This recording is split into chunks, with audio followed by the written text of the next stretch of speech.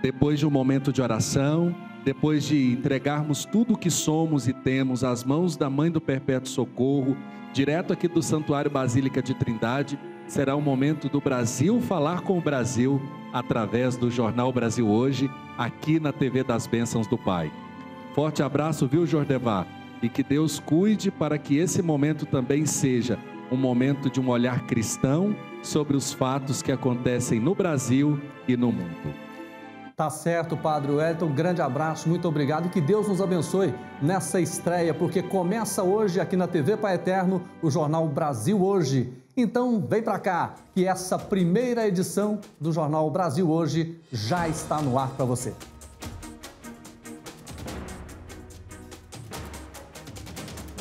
Olha, hoje tem entrevista especial. Nossa equipe conversou com o ex-ministro da Saúde, Luiz Henrique Mandetta, que falou sobre sua trajetória no Ministério da Saúde, fez uma avaliação do cenário atual da pandemia e sobre o depoimento na CPI da Covid-19. E mais, direto do Paraná, o repórter Rafael Paes vai trazer os destaques do sul do país. E direto da França, o correspondente internacional Ailton Sobrinho fala da presença de variantes do novo coronavírus brasileiras em mais de 50 países. Vem comigo, o Jornal Brasil Hoje já está no ar.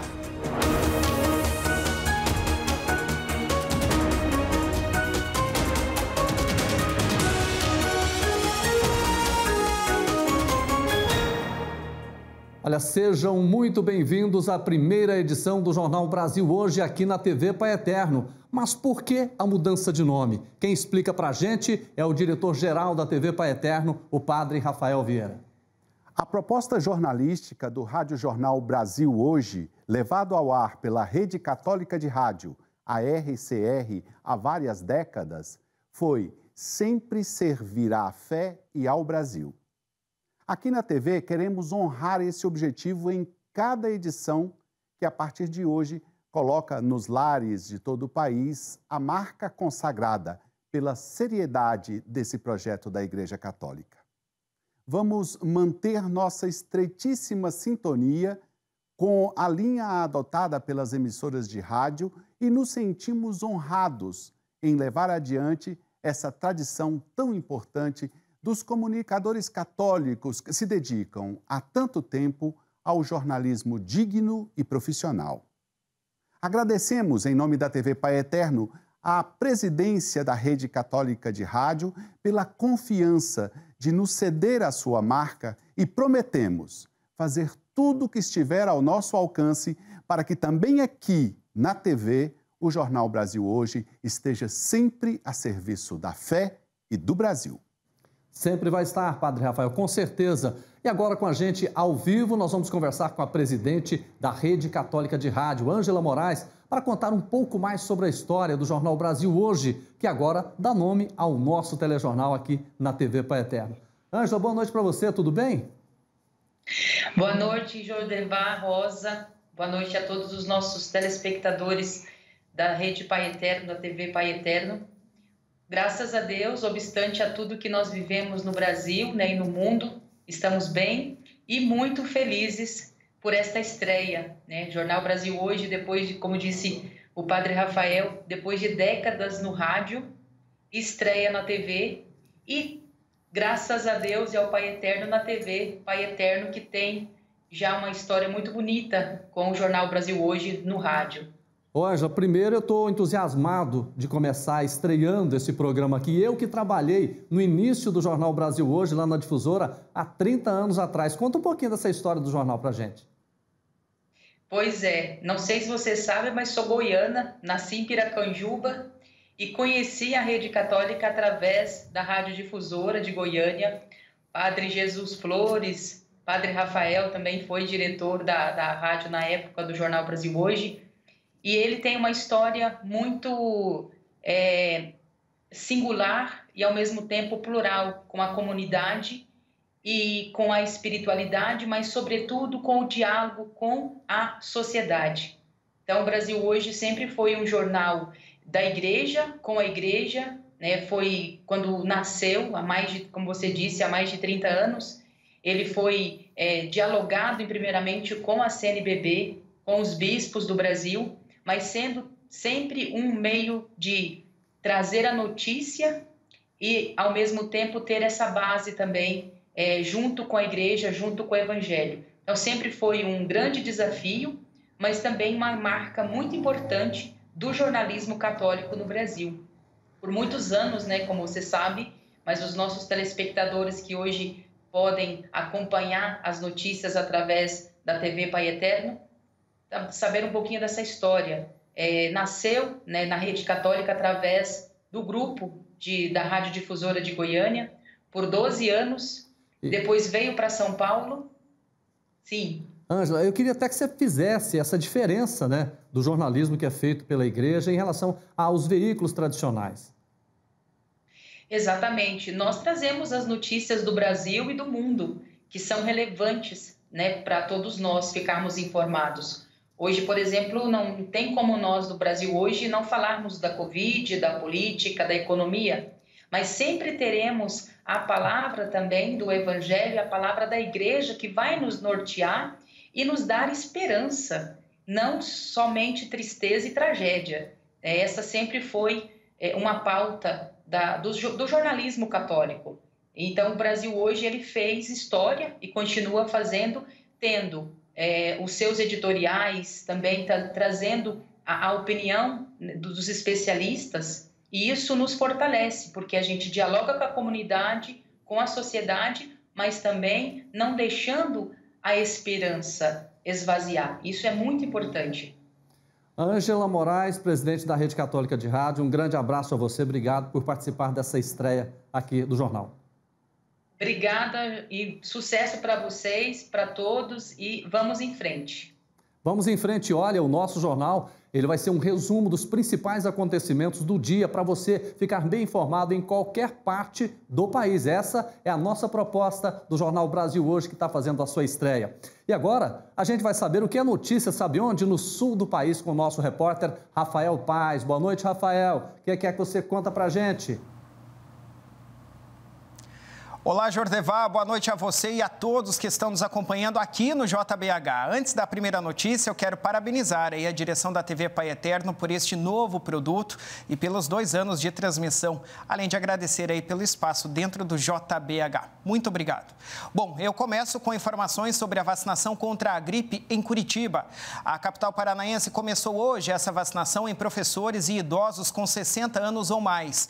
A imunização contra a gripe também continua para crianças com mais de 6 meses e menores de 6 anos, além de gestantes e mulheres que deram à luz nos últimos 45 dias. A vacinação acontece nas unidades básicas e nas unidades de multivacinação, das 8 da manhã às 17 horas. Portanto, a vacinação retorna na cidade amanhã. Em Santa Catarina, a Secretaria de Saúde de Florianópolis fez hoje e fará amanhã novamente o sistema de drive-thru para vacinar idosos contra a gripe. Os professores também podem ser imunizados, mas somente em um ponto para pedestres, que foi montado no Floripa Shopping, na SC 401. Hoje foram vacinados os idosos de 75 anos ou mais. Já amanhã, os de 70 anos ou mais. São 4 pontos de drive-thru que vão funcionar das 9 às 16 horas nos seguintes locais: o Centro de Eventos Luiz Henrique da Silveira, também na SC 401, no Centro de Eventos da Universidade Federal de Santa Catarina, no Beira-Mar Continental e no antigo aeroporto, que fica no sul da ilha. E para a gente finalizar, uma notícia bem legal que vem do Rio Grande do Sul. A brasileira Júlia Gama ficou em segundo lugar na edição de número 69 do Miss Universo, que aconteceu ontem à noite. A vencedora do concurso foi a mexicana Andréa Meza. Andréa recebeu a coroa da sul-africana Zozibini Tunzi, eleita na edição disputada em 2019. O Miss Universo não aconteceu no ano passado por conta da pandemia do coronavírus. O Brasil não vence o Miss Universo desde 1968 e não conquistava o segundo lugar desde 2007, quando a mineira Natália Guimarães também quase levou o título. Jordevá, essas foram as informações de hoje aqui do Sul. Eu volto contigo aí em Goiânia. Até amanhã. Até amanhã, grande abraço para o Rafael. Gente, você percebeu, né? As notícias para você da região sul do país, lá de Santa Catarina, do Paraná, do Rio Grande do Sul. Todos os dias o Rafael vai estar ao vivo com a gente aqui, trazendo todas essas informações. A gente vai agora para um rápido intervalo e daqui a pouco temos uma entrevista exclusiva com o ex-ministro da Saúde, Luiz Henrique Mandetta. Não saia daí, porque eu volto em instantes para você com todas as informações.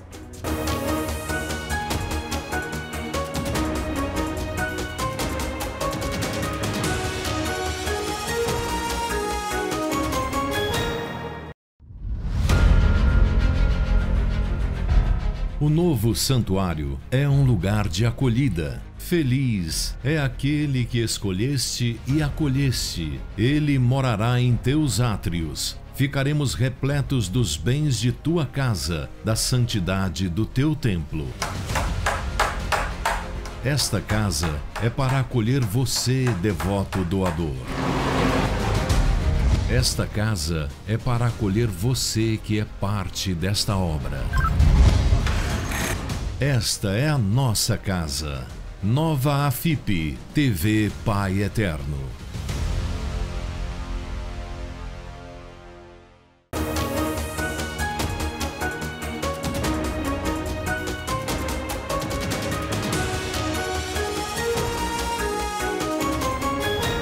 Jornal Brasil Hoje, fazendo a nossa estreia para o Brasil inteiro. Você que está aí acompanhando, eu quero perguntar, você já visitou o nosso portal paieterno.com? Gente, lá, além de saber tudo sobre fé e devoção, você também pode se cadastrar e tornar um devoto evangelizador. Ou você pode falar com a gente entrando em contato direto com a nossa central de atendimento pelo telefone, que também é o WhatsApp. Anote o número aí, 62-3506-9800. Vou repetir para você, 62-3506-9800 e venha fazer parte desta família de amor. Gente, agora as pessoas às vezes não têm tempo para assistir a televisão, quer acompanhar o nosso programa aqui direto no nosso portal. Vamos ver aqui, é facinho, portal paieterno.com. Aqui, ó, eu vou até movimentar aqui, ó, quer assistir ao vivo? Vamos lá, ó. Só clicou aqui em cima, aparece o Jordevar aí ao vivo no nosso jornal Brasil Hoje, tá bom? Aí, ó, estamos ao vivo no nosso portal e ali também você pode saber tudo sobre aonde pega, qual o número de canal, você pode realmente fazer parte conjuntamente com o nosso Instagram, assistir pelo YouTube, enfim, você está sempre ligado com a gente, tá bom? E olha só, a variante brasileira P1, identificada inicialmente na região de Manaus, no Amazonas, já se encontra presente em 52 países. A Europa e principalmente a França enxerga com preocupação a circulação dessa variante. Os detalhes com o nosso correspondente na Europa, Ailton Sobrinho. É com você. Jordevar, boa noite a todos que nos acompanham nesta edição de estreia do JBH. A situação sanitária no Brasil, agravada pela alta contagiosidade da variante brasileira P1, ainda preocupa as autoridades europeias e, em especial, as autoridades francesas, já que a França possui a maior fronteira terrestre com o Brasil. São 734 quilômetros que separam a Guiana Francesa, território ultramarino francês, do estado brasileiro do Amapá, no norte do país. Enquanto aqui, na chamada França metropolitana, a incidência da variante brasileira representa apenas 0,5% dos casos. Na Guiana Francesa, vizinha ao Brasil, a presença da variante P1 em forte aumento já corresponde a 84% das contaminações. Para frear a circulação do vírus e de suas variantes, o governador da Guiana Francesa decretou na última sexta-feira um novo confinamento da região, que deve durar pelo menos 2 semanas. Já a nível europeu, segundo dados recentes, os países que possuem a maior incidência da variante P1 em seus territórios são Portugal, Bélgica e Itália. Apesar da ameaça real da variante brasileira, considerada como preocupante pela Organização Mundial da Saúde, ao lado das variantes inglesa, sul-africana e indiana, as autoridades sanitárias afirmam que a epidemia está sob controle na Europa, com vários países, inclusive, flexibilizando as suas medidas restritivas. Desde o início da pandemia, mais de 1 milhão de pessoas morreram no continente europeu em consequência do coronavírus. Direto da França, Ailton Sobrinho para o JBH. Ailton, um abraço para você. O Ailton é o nosso correspondente internacional, vai falar das notícias da Europa, do mundo, direto da França, tá bom? E a gente continua falando de notícias internacionais. Fique agora com o nosso Giro pelo Mundo. Dezenas de pessoas protestaram na capital japonesa contra os Jogos Olímpicos que ocorrerão na cidade entre 23 de julho e 8 de agosto. Uma pesquisa publicada nesta segunda-feira mostra que mais de 80% dos japoneses são contrários à organização do evento esportivo. A sondagem foi realizada pelo jornal Asahi Shimbun e diz que 43% dos entrevistados desejam o cancelamento dos Jogos e 40% defendem um novo adiamento. As Olimpíadas foram adiadas em 2020 por causa da pandemia de Covid-19.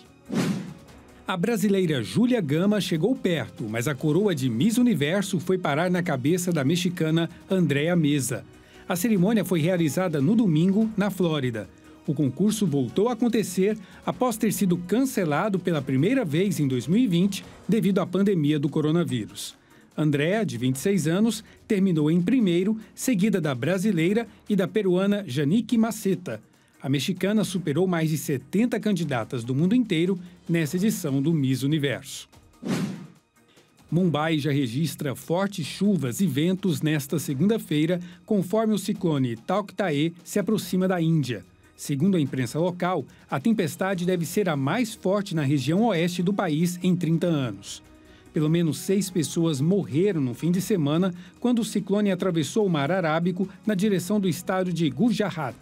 O Departamento Meteorológico indiano alertou que a tempestade ciclônica extremamente grave deve tocar o solo, acompanhada de ventos de mais de 155 km por hora.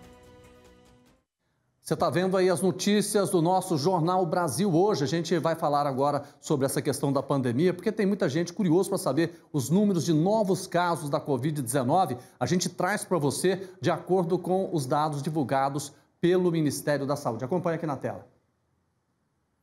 Vamos lá. Jornal Brasil Hoje mostra para você que no dia 16 de maio, 40.941 novos casos apareceram no Brasil e a gente vai somando tudo, já atingimos 15.627.475 casos de Covid-19 no Brasil.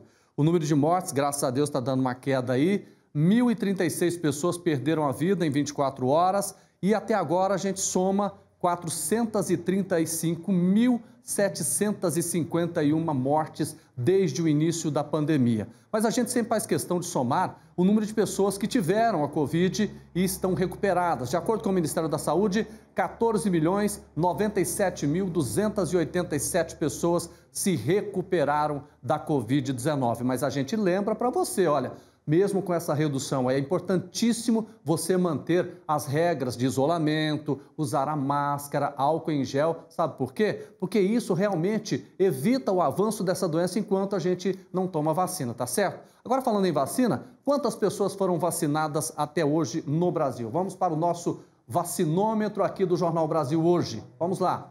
Primeira dose, 35.805.756 pessoas tomaram a primeira dose aqui no Brasil. E a segunda? Já passamos de... Aliás, estamos quase com 17 milhões. 16.974.701 pessoas tomaram a segunda dose aqui no Brasil. Dados esses que você está vendo aqui do Ministério da Saúde, tá certo? E o Ministério da Saúde começa a distribuir amanhã, dia 18, um novo lote de vacinas contra a Covid-19. Os 26 estados e o Distrito Federal devem receber pouco mais de 6.400.000 doses do imunizante. São 4.700.000 doses da AstraZeneca, 1.080.000 da Coronavac e 647.000 da Pfizer. Segundo o Ministério, o lote da Coronavac será enviado a 12 estados que pediram um produto do Instituto Butantan a fim de aplicar a segunda dose.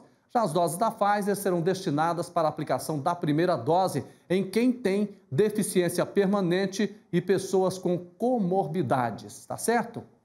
E olha só, gente, depois do ex-ministro da Saúde, Eduardo Pazuello, conseguir o habeas corpus para não responder às perguntas na CPI da Covid, agora é a secretária de Gestão do Trabalho e Educação na Saúde, Maíra Pinheiro, com depoimento marcado para a próxima quinta-feira, que fez o pedido ao STF.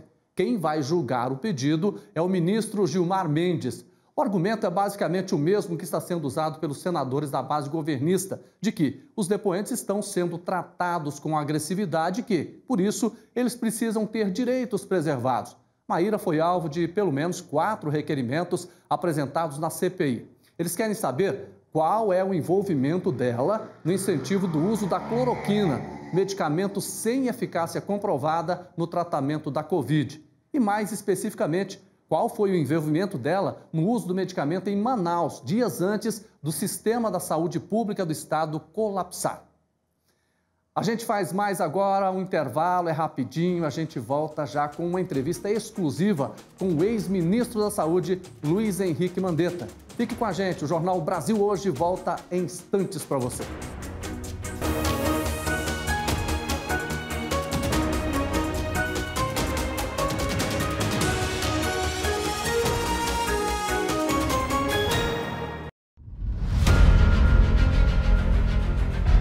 O novo santuário é um lugar de acolhida. Feliz é aquele que escolheste e acolheste. Ele morará em teus átrios. Ficaremos repletos dos bens de tua casa, da santidade do teu templo.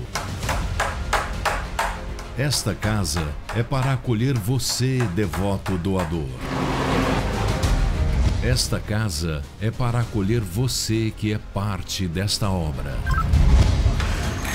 Esta é a nossa casa. Nova AFIP, TV Pai Eterno.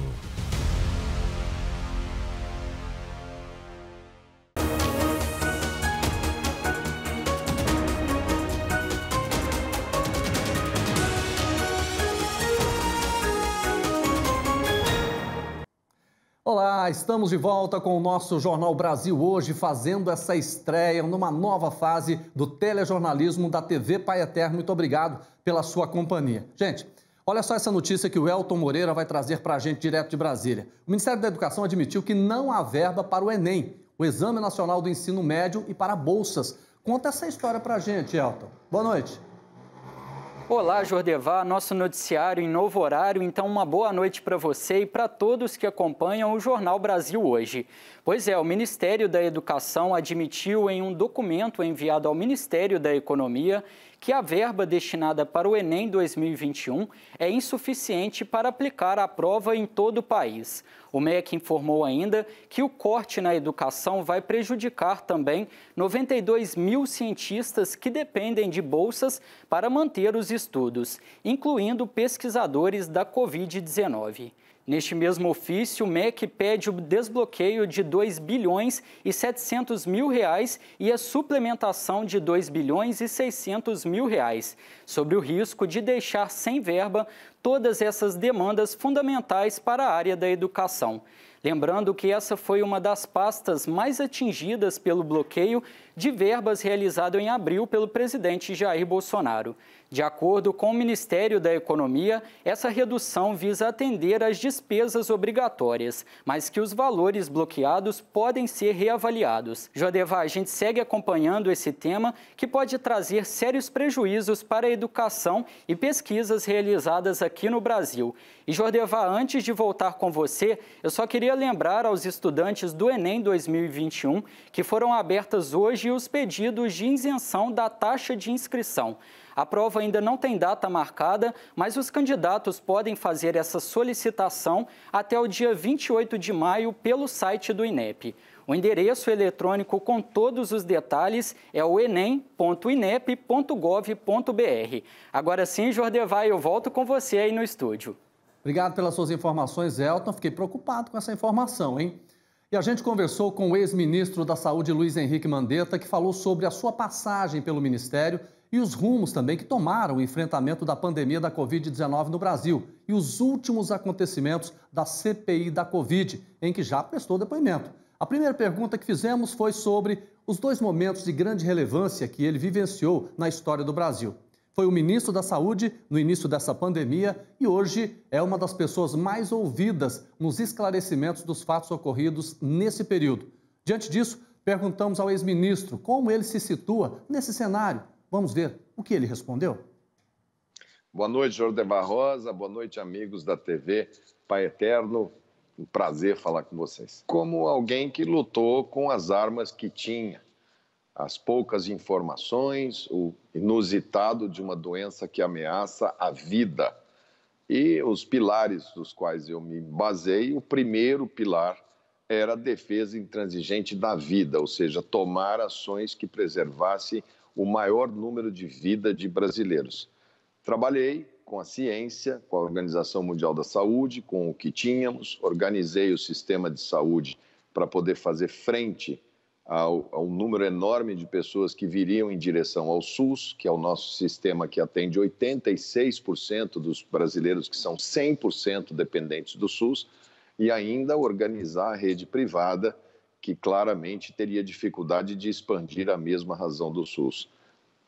Não tenho nenhuma dificuldade de falar sobre nenhuma das tomadas de decisão, porque as tomei pelo princípio da ciência, a defesa do SUS e a preservação intransigente da vida.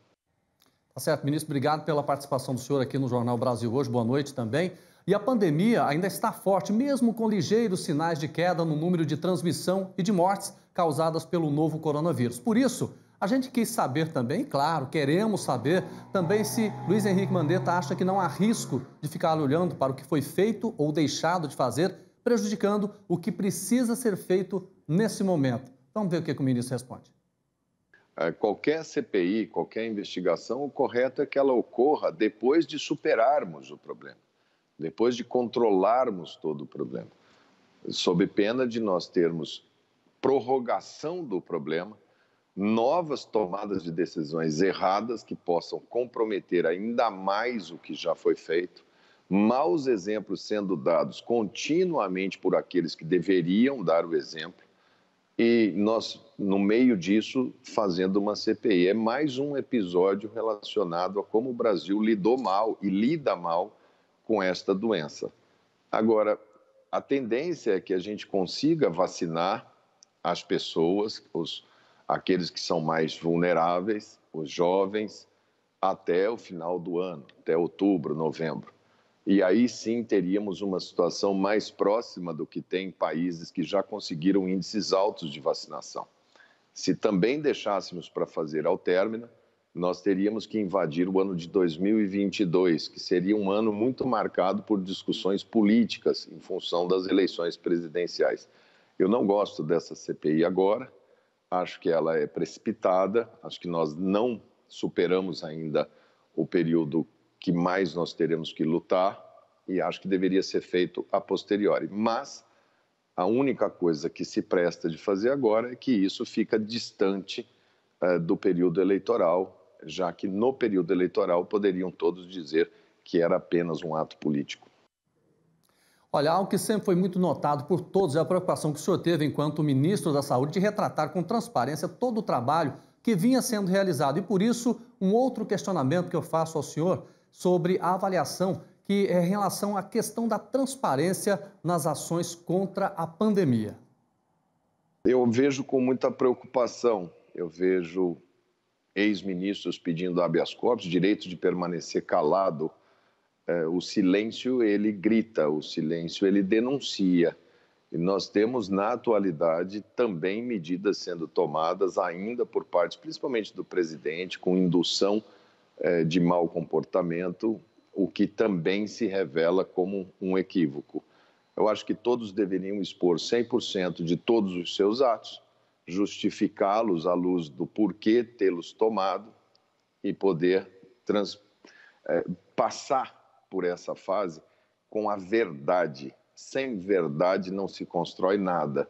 E aqueles que conspiram mais pelas trevas, pelo período pré-iluminismo, pelo período não científico, aqueles que expliquem as consequências das suas atitudes, mas as revele todas.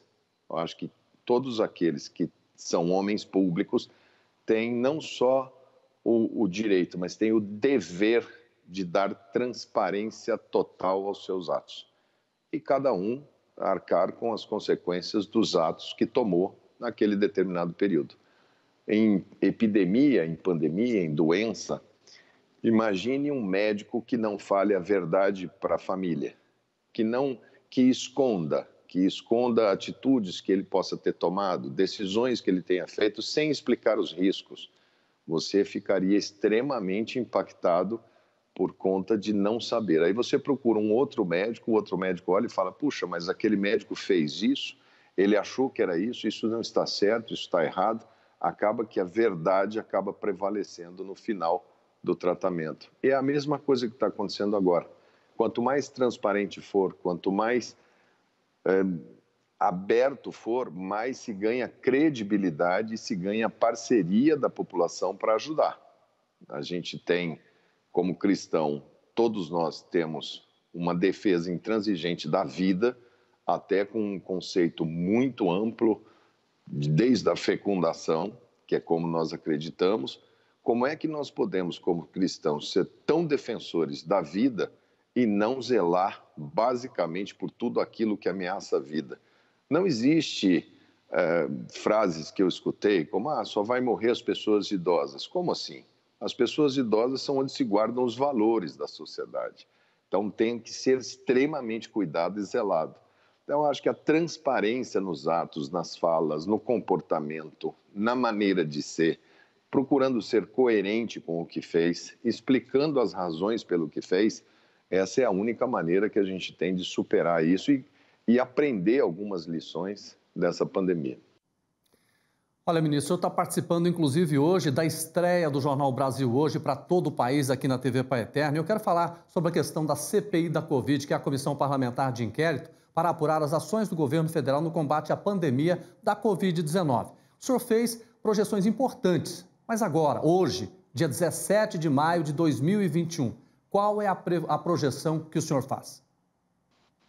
Olha, a gente tem variáveis que são imponderáveis pela frente. Nós nos preocupamos muito agora com a marcha da vacinação. A vacinação vai indo no Brasil numa marcha lenta, deve pegar velocidade no mês de julho, agosto, setembro, se pararem de a China, se tivermos os insumos para podermos produzir as vacinas. Esse é um ponto que pode impactar muito em possível terceira onda. A gente precisa vacinar. E a vacina precisa estar desimpedida para chegar no braço do cidadão. Mas partindo do princípio que a gente consiga vacinar as pessoas com comorbidades, as pessoas de 50 anos para cima com 2 doses até o final de julho, depois vacinarmos de 20 a 50 anos até outubro, novembro, a preocupação que a gente tem é que essa doença nós estamos combatendo, nós estamos botando pressão sobre esse vírus.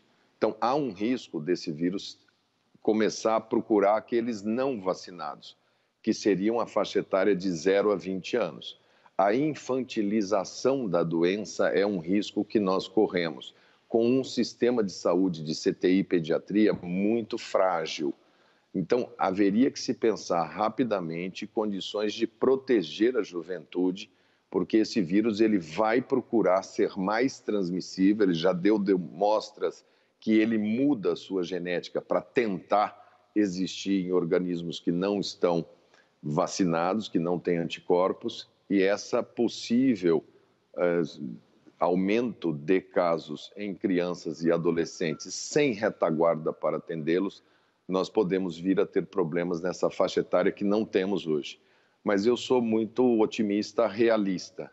Acho que nós vamos conviver com alguns brotes, como a gente chama, alguns surtos, mas espero que essa cepa indiana e outras cepas que possam surgir não entrem aqui enquanto a gente não tiver um volume grande de pessoas vacinadas. Acredito que a gente passa agora, daqui para frente, sem ter ondas da magnitude que nós tivemos como essa segunda onda. Mas conviveremos com números elevados. Tem gente hoje falando, já passou. Não, nós estamos fazendo quase 2.000 óbitos por dia. É que nós chegamos a fazer 4.400 em um dia. Então, 2.000 é muito bom. Não, 2.000 é muito alto. São 10 aviões de 200 passageiros caindo sobre nossas cabeças todos os dias. Nós ficamos num platô alto. Ela está caindo gradativamente por conta da vacinação. Então, eu espero que a gente tenha um ritmo bom de vacinação e que a gente não corra esse risco da infantilização da doença. Também sou igual ao senhor, viu, ministro? Eu também tenho muita fé, muita esperança que a gente vai conseguir superar essa maldita doença, não é? E para encerrar a nossa conversa com o ex-ministro Luiz Henrique Mandetta, eu quero saber do senhor. O senhor se incomoda de demonstrar a sua fé religiosa? Por isso, vou fazer uma pergunta direta. Qual a importância da vivência da fé diante dos desafios que o senhor enfrenta? A fé, ela tem cientificamente impacto no processo de cura. As pessoas que têm fé cicatrizam mais rápido, têm alta mais rápido, porque se nutrem de um bálsamo espiritual. Eu não tive um dia que eu não tenha entrado dentro do Ministério da Saúde de manhã que eu não tenha rezado uma Ave Maria. Eu sou devoto de Nossa Senhora Aparecida, eu tenho crença no Pai Eterno, eu sou criado pelo Sistema Preventivo de Dom Bosco, eu estou agora na biblioteca do Colégio Dom Bosco, fui lá na CPI, levei a minha medalha de São Jorge, levei o meu Santo Expedito, levei Nossa Senhora Desatadora de Nós e levei o Pai Eterno. Não tenho dificuldade nenhuma, acho que cada um professa a sua fé como acha que deve professar, o Estado é laico, não se mistura uma coisa com a outra, mas isso não quer dizer que você não tenha que dizer claramente qual é a sua religião. Você é um homem público, as pessoas quando perguntam, eu as coloco claramente e digo a todos, Maria, passa na frente. Prazer, parabéns pelo jornal, pela informação de qualidade, para que todos possam também beber da fonte da verdade, que vocês façam sempre um jornalismo marcado pela busca da verdade. Foi um prazer ser entrevistado por vocês e as bênçãos de Dom Bosco e Nossa Senhora Auxiliadora recaia sobre todos vocês. Tá certo, você viu a imagem que estava lá no fundo, né? Imagem santa, tá certo. A gente fica muito feliz, né, em receber o ex-ministro Luiz Henrique Mandetta falando sobre a visão dele, ele que começou no Ministério da Saúde, quando a gente estava aí realmente começando também com essa realmente maldita doença atingindo todo o Brasil, não é isso? E olha só, o conflito no Oriente Médio entre Israel e o grupo Hamas, que ocupa a região da faixa de Gaza, está intenso nos últimos dias. Além dos ataques em Gaza, a nova onda de tensões é marcada pela primeira vez em anos por confrontos em cidades onde israelenses e palestinos mantinham a paz. E é esse o assunto do quadro Opinião de hoje com o padre Inácio Medeiros. Vamos acompanhar. Volta e meia, o conflito entre judeus e palestinos, entre Israel e palestinos, volta a ser manchete nos meios de comunicação. E as pessoas e todos nós ficamos nos perguntando qual a razão deste conflito que sempre se repete. E mais do que isso, nós nos perguntamos também, será que um dia este conflito vai ter um fim? É importante a gente lembrar que o conflito entre Israel e os palestinos não é de agora. Ele tem raízes históricas, geográficas, políticas e religiosas. Mas este conflito, ele cresceu principalmente a partir do ano de 1948, quando se constituiu o Estado Novo de Israel. E aí foram várias guerras, como a Guerra dos 6 Dias, a Guerra do Yom Kippur, e a violência sempre vai se repetindo. Vários tratados de paz já foram escritos, já foram feitos, mas nenhum deles chegou a um denominador comum e passam por cima desses tratados. Há um clamor da humanidade, há um clamor do Papa Francisco e das outras autoridades mundiais para que se faça o encerramento deste conflito, porque tem aquele ditado: quando dois elefantes brigam, quem sofre é a grama. Ou seja, nesses conflitos, nesta violência toda, quem mais paga o pato é justamente as pessoas do povo, os leigos, o povo que acaba sofrendo. E as mortes continuam acontecendo. Oremos pela paz no Oriente Médio. Gente, nós estamos terminando a primeira edição do Jornal Brasil Hoje. Quero agradecer a você de todo o país que está nos acompanhando. E olha, todos os dias nós vamos estar juntos aqui, sempre às 18 horas, sempre às 6 horas da tarde, porque nós vamos levar para você as melhores informações do Brasil e também do mundo. Esse é o nosso jornalismo, a nova fase do telejornalismo da TV Pai Eterno. Muito obrigado pela sua companhia. Estou indo embora, hein? Muito feliz porque a nossa estreia foi maravilhosa, graças ao Divino Pai Eterno. Fique com Deus, um abraço e até amanhã às 6 horas com o Jornal Brasil Hoje.